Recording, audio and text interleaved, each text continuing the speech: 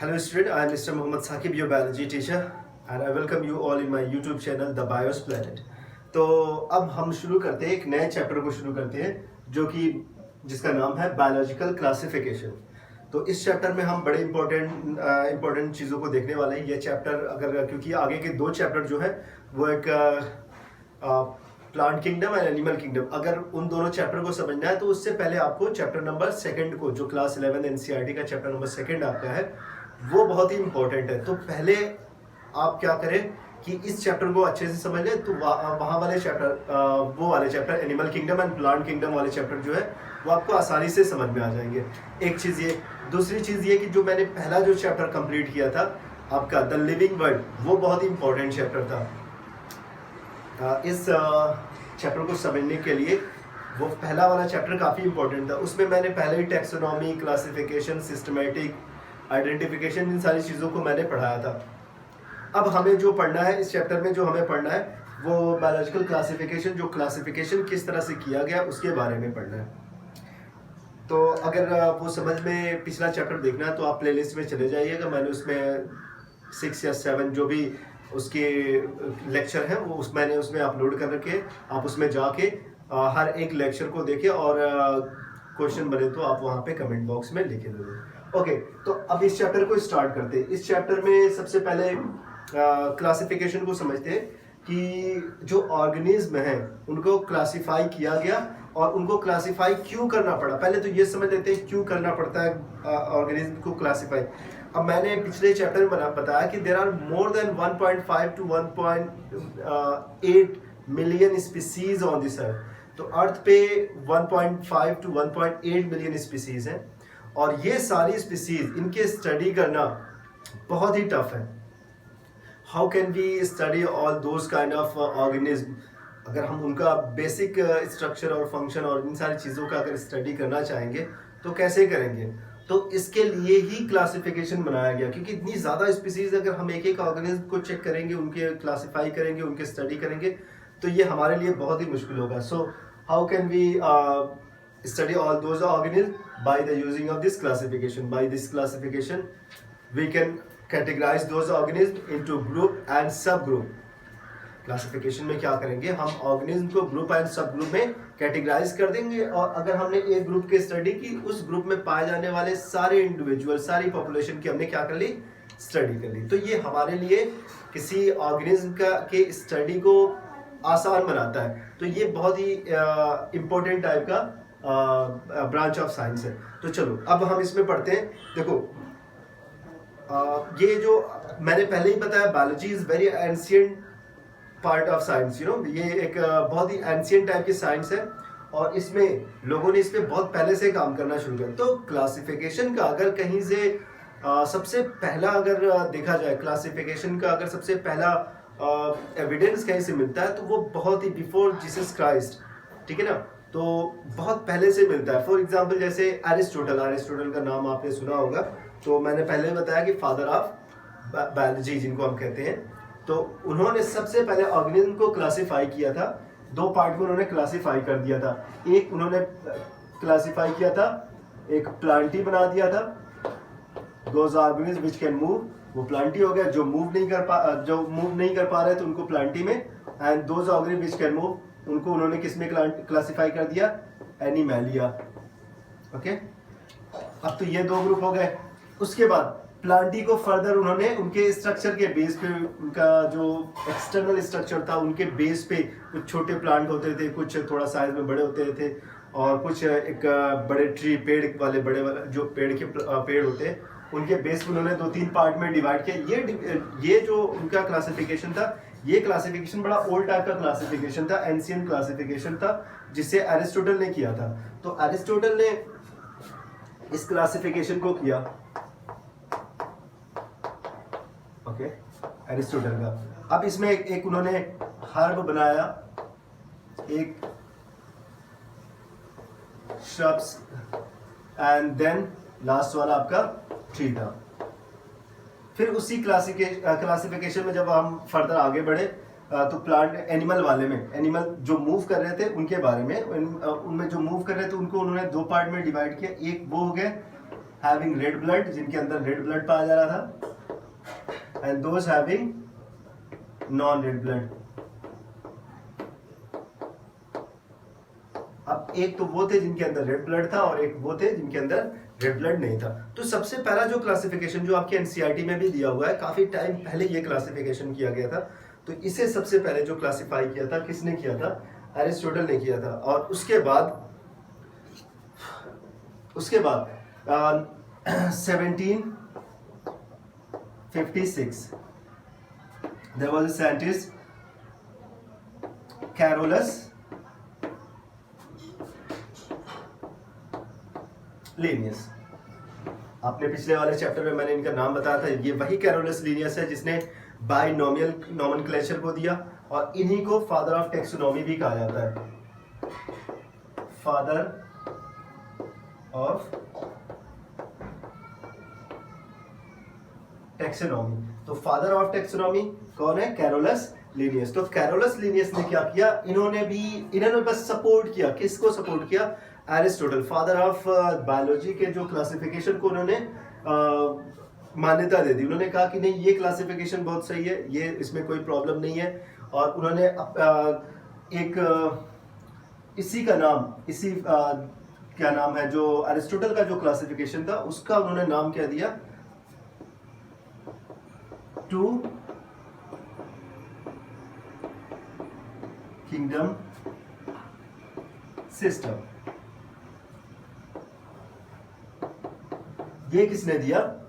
ये Carolus Linnaeus ने। चीज वही थी, एरिस्टोटल ने दिया था, बस उसका नाम उन्होंने क्या रख दिया? Two kingdom system. तो दो किंगडम वाला जो सिस्टम था, क्लासिफिकेशन का जो सिस्टम था, दो किंगडम, सबसे पहले किंगडम ही बनेगा, उसके बाद फाइलम और class, order, genus, family, species, ये सब सारी चीजें आएंगी। लेकिन पहले किंगडम आता है। तो फर्स्ट टाइम किंगडम जो बना था वो किसने बनाया था? एरिस्टोटल ने। मान्यता किसने दी? कैरोलस लीनियस ने। कब? 1756 या 1756 या मे बी 1758, ऐसे कुछ है। 58, सॉरी 58 ही है, 58। ओके, इन्होंने दे दिया भाई सेम चीजें प्लांटी एनिमलिया। लेकिन उसमें कुछ मिस्टेक भी थी कि बहुत सारे ऐसे प्लांट्स होते थे जो दोनों का कैरेक्टर शो करते थे। एनिमल, फॉर एग्जांपल जैसे क्लाइडोमोनास हो गया, क्लाइडोमोनास मूव कर रहा था, एनिमल की तरह से मूव कर रहा था, एंड प्लांट की तरह से फोटोसिंथेसिस भी कर रहा था। तो अब उनको कहाँ पे रखा जाए, किस कैटेगरी में रखा जाए, उनके लिए एक अलग से कैटेगरी बनाई जाए। तो इन सारी चीज़ों के बारे में सोचा गया, तो उसमें कमी थी। तो उसके बाद 3 kingdom model, 3 kingdom system trend में आया। और ये एक साइंटिस्ट है हेकल। आप आगे भी इनका नाम पढ़ेंगे हेकल का।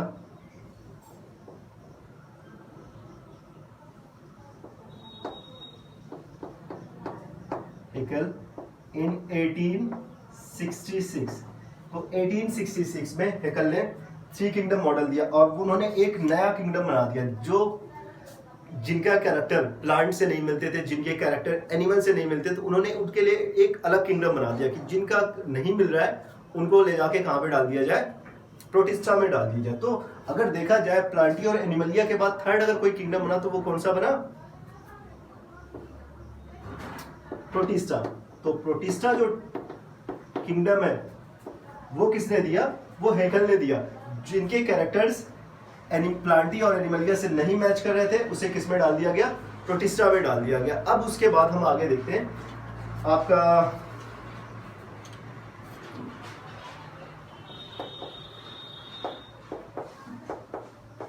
फोर किंगडम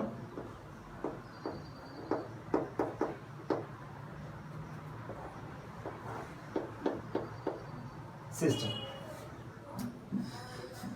ओके, तो अब ये ऑलमोस्ट 90 ईयर तक, करीब 90 साल तक ये माना गया किसका?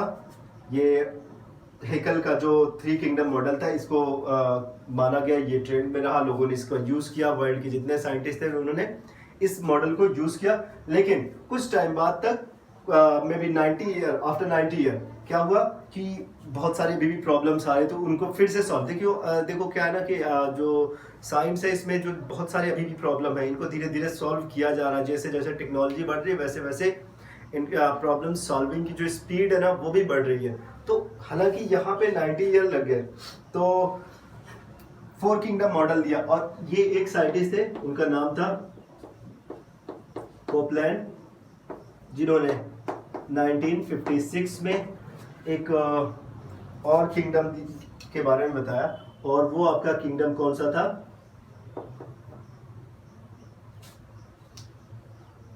वो आपका किंगडम था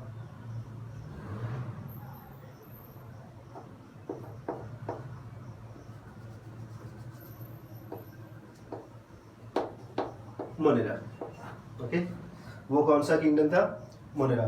तो उसके बाद थर्ड जो ग्रुप मिला, उसके बाद जो चौथा आपका किंगडम आया वो कौन सा था? मोनेरा का। पहले Plantae, then Animalia, then Haeckel ने कौन सा दिया? प्रोटिस्टा, उसके बाद मोनेरा। अब मोनेरा में कौन से रखे गए? मोनेरा में वो, क्योंकि अब तक तो वो उनको आइडेंटिफाई किया जा चुका था। किसको आइडेंटिफाई किया जा चुका था? अब तक बैक्टीरिया को आइडेंटिफाई कर लिया गया था, बैक्टीरिया की डिस्कवरी हो चुकी थी। अब बैक्टीरिया को कहाँ पे प्लेस किया जाए, क्योंकि उनके पास प्रोकैरियोटिक टाइप की सेल थी, तो उनके लिए उन्होंने एक अलग से कैटेगरी बना दी। और वो कौन सा किंगडम था? मोनेरा। अब मोनेरा में किसको प्लेस किया गया? In Monera those organism have been placed which have prokaryotic cell. तो प्रोकैरियोटिक सेल वाले किसमें प्लेस किए गए? And in 1969 5 kingdom model was given. 5 kingdom system was given. तो इस सिस्टम को किसने दिया? इस सिस्टम के लिए जो साइंटिस्ट रिस्पॉन्सिबल थे, जिन्होंने इसे दिया है, उनका नाम था व्हिटेकर।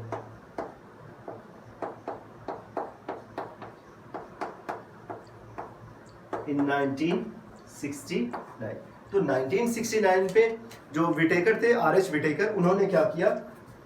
आर.एच. व्हिटेकर, उन्होंने 5th किंगडम को दिया। और उन्होंने 5th किंगडम में किसको ऐड किया? फंजाई। तो लास्ट वाला जो किंगडम ऐड किया गया वो फंजाई का था। और फंजाई, अब क्योंकि जो प्लांट्स थे, कुछ ऐसे प्लांट्स थे जो, ये तो प्लांट्स तो फोटोसिंथेसिस कर रहे थे, बट ये प्लांट क्या थे? फोटोसिंथेसिस नहीं कर रहे थे।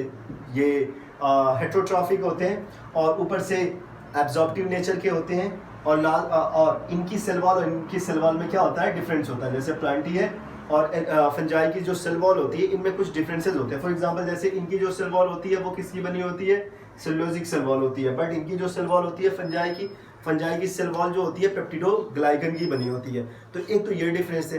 तो इनके बेस पे 5 किंगडम मॉडल दिया गया। अब जो इस टाइम जो हम पढ़ रहे हैं, आज भी जो हम पढ़ रहे हैं, वो कौन सा मॉडल है? आर.एच. व्हिटेकर का मॉडल है, जिन्होंने 5 किंगडम मॉडल को दिया था। तो सबसे पहले कौन सा, चलो अब यहाँ पे समझ लेते हैं। आज अब हम किसके बारे में पढ़ेंगे? आपका फर्स्ट आपका मोनेरा होगा, सेकेंड आपका प्रोटिस्टा, देन आपका फंजाई,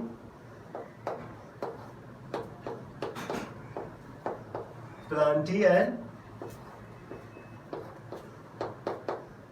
एनिमलिया। हाँ, अब इसमें क्या करेंगे ना, जैसे हम इस चैप्टर में क्या क्या पढ़ने वाले हैं, इस चैप्टर में मोनेरा, प्रोटिस्टा और फंजाई को तो हम इस चैप्टर में ही पढ़ लेंगे। ओके, ये एक इंट्रोडक्शन वाला चैप्टर है जिसमें मैं इन सारी चीज़ों के बारे में बता दे रहा हूँ कि हम क्या क्या पढ़ने वाले हैं। इस चैप्टर में हम मोनेरा के बारे में पढ़ेंगे, types of Monera, protista, types of protista, fungi, types of fungi, ये पढ़ लेंगे। प्लांट के लिए एक अलग से उसका चैप्टर है, एनिमल के लिए एक अलग से चैप्टर है। हालांकि जो सिलेबस है इस बार 2021 का जो सिलेबस होगा उसमें कुछ चीज़ें, कुछ टॉपिक्स रिड्यूस किए गए हैं। मैं और पिछले वाले जो चैप्टर में मैंने जैसे टेक्सोनॉमिक एड्स के बारे में बताया था, उसे हटा दिया गया है। तो हालांकि आप उसे पढ़ लें क्योंकि ये इम्पोर्टेंट है। आप आगे जाके नीट और एम्स के लिए आप जब प्रिपरेशन करेंगे ना, तो ये आपको वहाँ पे ज़रूरत इनकी होगी। तो आप क्या करें, पहले से इनको पढ़ लें। अगर आप आगे पढ़ना चाहते हो इनको पढ़ लें, नहीं पढ़ना चाहते तो फिर इनको स्किप कर दें। अगर एग्जाम के पॉइंट ऑफ व्यू से देखना चाहें तो आप उनको स्किप भी कर सकते हैं, बट मेरे हिसाब से आपको वो चीज़ पढ़नी चाहिए, क्योंकि जैसे जब आप 12th पास कर लोगे तो दोबारा आपको 12th में तो आपको पढ़ने के लिए वो चीज़ें नहीं मिलेंगी। जो एक बार यहाँ पे मिल गया उसे आप पूरी लगन से पढ़ें। जितना टाइम आपने बनाया है पढ़ने के लिए उससे ज़्यादा टाइम लगाया। अभी भी लॉकडाउन चल रहा है, 2-2 दिन के, हफ्ते में 2 दिन लॉकडाउन हो जाते हैं, तो वो उनका यूज़ करो। अब क्या कर सकते हैं, कहीं पे जाना आना तो है नहीं। अच्छे से अगर बैठ के हम तैयारी करें, पढ़ने के लिए बैठे तो हम उसे कंप्लीट कर लेंगे टाइम पे।